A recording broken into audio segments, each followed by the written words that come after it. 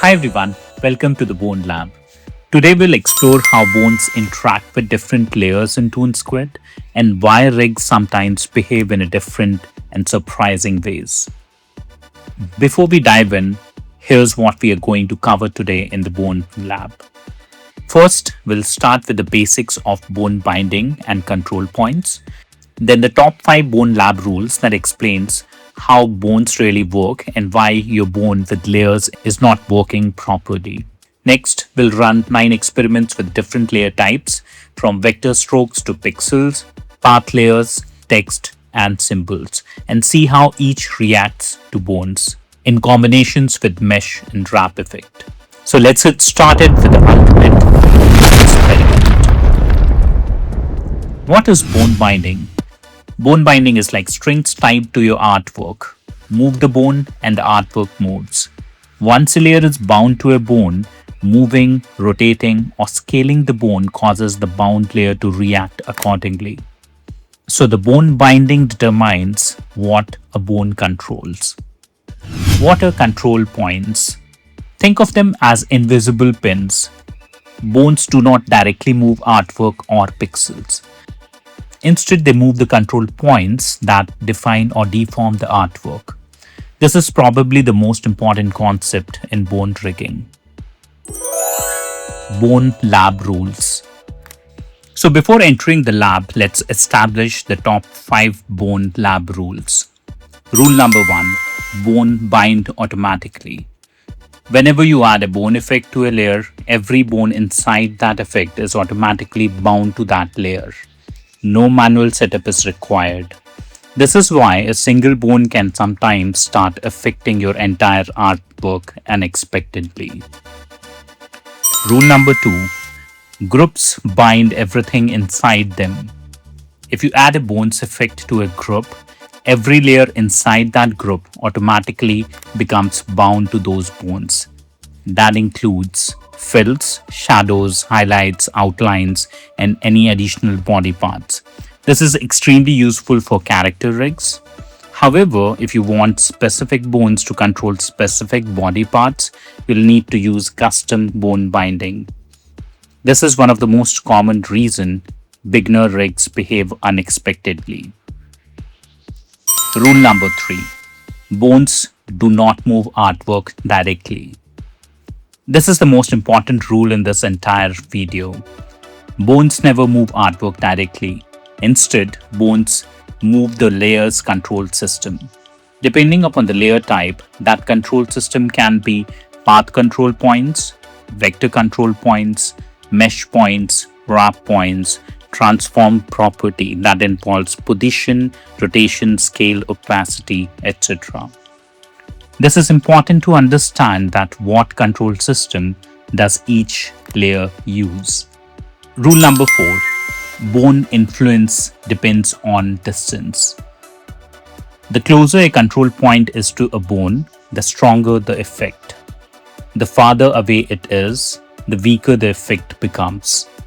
Bone influence depends on distance from the bone length, bone strength setting. If a rig feels too stiff or too floppy, this is usually the reason. Rule number 5. Mesh and wrap become the middlemen. Normally the relationship looks like this. Bone attaches to the artwork. Once a mesh or wrap effect is added, the relationship changes to bone attaches to the mesh or the wrap, which eventually connects to the artwork. The bones now control the mesh or wrap control points rather than the artwork itself. This single concept explains many unexpected rigging behaviors. The ultimate bone experiment. Experiment number 1. Vector strokes. Vector stroke brushes create lines that are basically paths. Think of it like drawing with a pen. The line you see in the brush stroke, but underneath there's an invisible center line that's the path. Bones don't grab the brush shapes directly, instead they grab the center path. When the path bends, the brush stroke bends along with it, staying sharp and clean. Experiment number 2, vector shapes. Vector shape brushes create filled shape instead of just lines. The path is the outline of the stroke and bones move that outline. Bones don't move the paint directly, they move the vector control points attached to the outline of the shape. That's why you see a floppiness with bones while bending.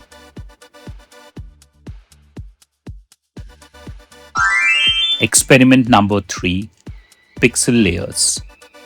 Pixel layers behave differently. When a pixel layer is bound to the bone, ToonSquid automatically deform it as if a wrap effect had been applied internally. No additional setup is required. This makes pixel rigs extremely quick to create but sometimes less predictable during extreme bends. Bone lab tip. The further you push a pixel layer beyond its original shape, the more obvious the deformation becomes. Experiment number 4, pixel layers plus mesh. To get more control, you can add a mesh or wrap effect over the pixel layers. The bone no longer control the pixel directly. Instead, they control the mesh control points and the mesh deforms the artwork. This provides significantly more control, but some deformation is still visible when bending a pixel layer. Experiment number 5, pixel layer plus wrap effect.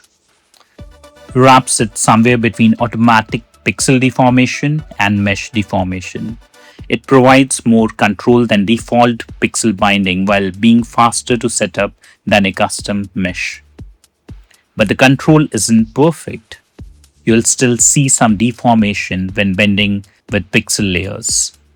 Experiment number 6, path layers. Path layers behave very much like vector strokes. They have control points placed right along the center of the path. Bones bind directly to those individual control points. When the path bends, the stroke follows, giving a bend that looks sharp and clean. ToonSquid also offer different vector scanning modes such as smooth and localized, which can affect deformation behavior around control handles. Bone lab tip. Mostly the stick animation characters can be animated by the path layer. Experiment number 7, shapes. For shapes layer, the control points are basically the transform properties located at the corners of the shape. For example, the 4 corners of a rectangle.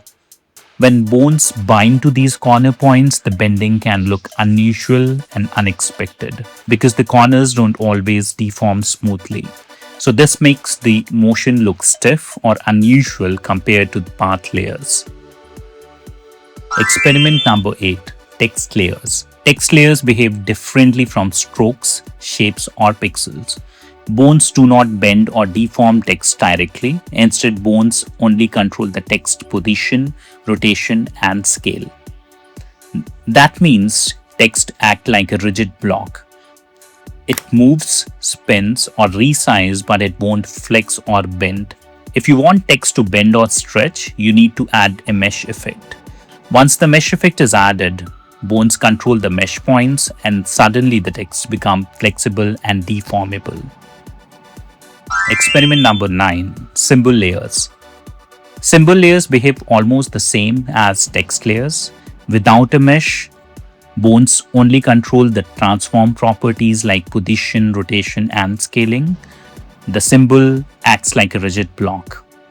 With a mesh, bone can deform the symbol by moving the mesh points, making the symbol flexible and bendable. Final experiment, single layer versus group rigging. Now for the big question, should you build character using a single layer or a multiple layer? Single layer rig. Advantages: fast setup, fewer layers, and easily organized. It is best for layers that deform reasonably well on their own, like vector stroke and path layer, where bone binds directly to the center path, produce sharp and clean bends. To an extent, single layer rigs can also be used with pixel layers and simple shapes when paired with mesh or wrap effects for extra control, especially if only minimal bending or deformation is expected. multi-layer or group layer rig. Advantages: cleaner bends, easier edits, and professional quality rigs. It is best for complex characters or artwork needing precise control paired with custom bone binding and group layers. In pixel layers, grouped rigs reduces floppy deformation. In vector shapes, filled paths with varying thickness benefit from multiple layers. With complex shapes like stars and polygons, corner-based control points deform oddly, so grouping improves the results. Final question for the audience. Which layer do you feel is the best for each of these categories? Fastest setup, best quality, best scalability, best flexibility, and best character rig? Let me know your answers in the comment below. My take from the experiment: fastest setup, it's a pixel layer. Best scalability, vector shapes. Best flexibility, path layers. Best reusability, symbols. Best character rig, grouped layers with custom bone binding. So the final takeaway: bones don't move the artwork directly. They move the control points behind the artwork.